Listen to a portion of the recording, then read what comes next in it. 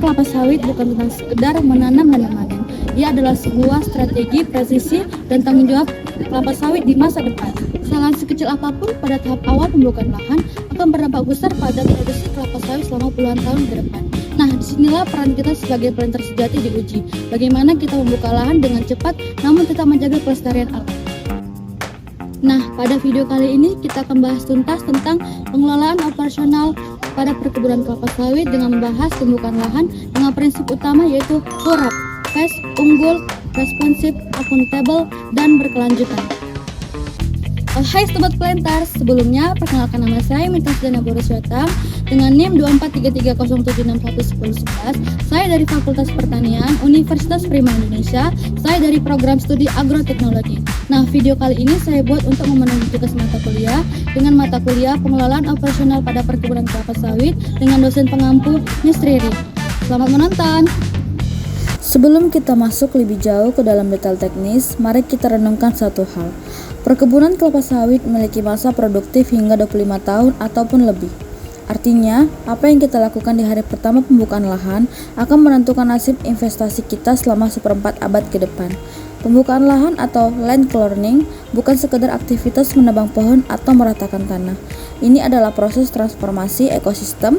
Nah, di sini seorang planter diuji untuk melakukan manajemen operasional yang tidak hanya mengejar luas area, tetapi juga memikirkan kualitas struktur tanah, tata kelola air, dan kelestarian lingkungan. Dalam dunia perkebunan modern, kita tidak lagi hanya bicara tentang cara membuka lahan, tapi bagaimana melakukannya secara FURAP, fast dalam eksekusi, unggul dalam standar kualitas, responsif terhadap kendala lapangan, akuntabel dalam laporan, dan tentu saja berkelanjutan untuk alam. Hari ini saya akan membawa Anda melihat lebih dalam bagaimana tahapan pembukaan lahan dilakukan dengan standar profesional untuk menciptakan fondasi perkebunan yang tangguh. Nah, tahap yang pertama adalah survei dan blocking. Kita tidak bisa bekerja tanpa peta yang akurat. Nah, proses ini meliputi pre-survey untuk menentukan batas legal HGU atau hak guna usaha dan kemiringan lereng atau topografi. Mengapa sih topografi itu penting? Karena ini menentukan jenis alat berat yang akan kita gunakan dan desain jalan. Nah, setelah itu dilakukan blocking. Area dibagi menjadi blok-blok berukuran standar. Nah, biasanya blok-blok ini berukuran 16 hingga 25 hektar per blok. Nah, di sini juga kita memetakan kawasan lindung atau sempadan sungai sebagai wujud prinsip berkelanjutan agar operasional kita tidak merusak area konservasi. Nah, masuk ke dalam tahap penumbangan. Nah, yang pertama kita wajib menerapkan sistem zero burning atau tanpa bakar. Hal ini mutlak dilakukan untuk menjaga struktur fisik, kimia, dan biologi tanah. Pembakaran lahan hanya akan menghancurkan bahan organik dan membunuh mikroorganisme yang bermanfaat yang kita butuhkan untuk mendukung pertumbuhan bibit sawit nantinya. Nah, yang kedua ada teknik yang disebut dengan uprooting atau pembongkaran tunggul hingga ke akarnya. Mengapa ini sangat kritis? Karena sisa-sisa tunggul kayu yang tertanam di dalam tanah adalah inang atau tempat bersarangnya jamur Ganoderma boninense. Jamur ini adalah musuh nomor 1 di perkebunan kelapa sawit yang menyebabkan penyakit busuk pangkal batang. Nah, tahap yang terakhir adalah arah penumbangan juga harus diatur. Pohon-pohon ditumbangkan searah dengan jalur yang nantinya akan menjadi jalur rumpukan atau gawangan mati. Hal ini dilakukan agar proses selanjutnya, yaitu pencincangan, menjadi lebih mudah dan efisien. Di sini, prinsip unggul dalam manajemen lapangan benar-benar diuji melalui kerapian dan ketepatan arah tumbangan pohon. Nah, setelah ditumbang, kayu-kayu tersebut masuk ke tahap stacking atau merumpuk. Kayu dicincang agar lebih cepat mengalami dekomposisi.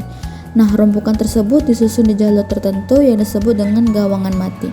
Biasanya mengikuti arah utara-selatan untuk memastikan sinar matahari tetap maksimal menyinari tanaman kelapa sawit. Prinsip unggul di sini adalah kerapian rumpukan. Rumpukan yang rapi memudahkan akses perawatan, pengendalian gulma, dan aplikasi pupuk nantinya. Selain itu, bahan organik dari kayu yang membusuk akan meningkatkan kapasitas tukar kation tanah. Tahap akhir yang menentukan kelancaran operasional adalah pembangunan infrastruktur dan drainase. Dalam perkebunan, infrastruktur adalah nadi logistik, sementara itu drainase adalah kunci kesehatan pada tanaman. Nah, pertama, sistem drainase. Prinsipnya sederhana, sawit butuh air tapi benci genangan. Nah, kita harus membangun jaringan parit primer dan sekunder untuk mengakur muka air tanah tetap di kedalaman 60-80 cm. Nah, ini penting agar akar tanaman bisa bernapas dan menyerap nutrisi secara maksimal.